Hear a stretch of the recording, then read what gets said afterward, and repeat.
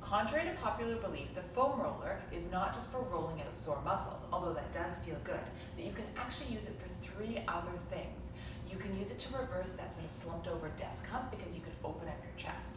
You can use it as an unstable weight bench, and you can use it to spice up your core routine. Let me show you. So firstly, if you have somebody who's really bent over from sitting at a desk, try something like a Y to a W, right? Or if you have somebody who's kind of bored with their weight routine, think about an alternating fly. This really gets the core. You have to balance as well. Or something like a French press, right? Anything you do on a bench, you could do on a foam roller, and you could add some leg lifts to it as well to really amp up the balance. Lastly, spice up your core like this.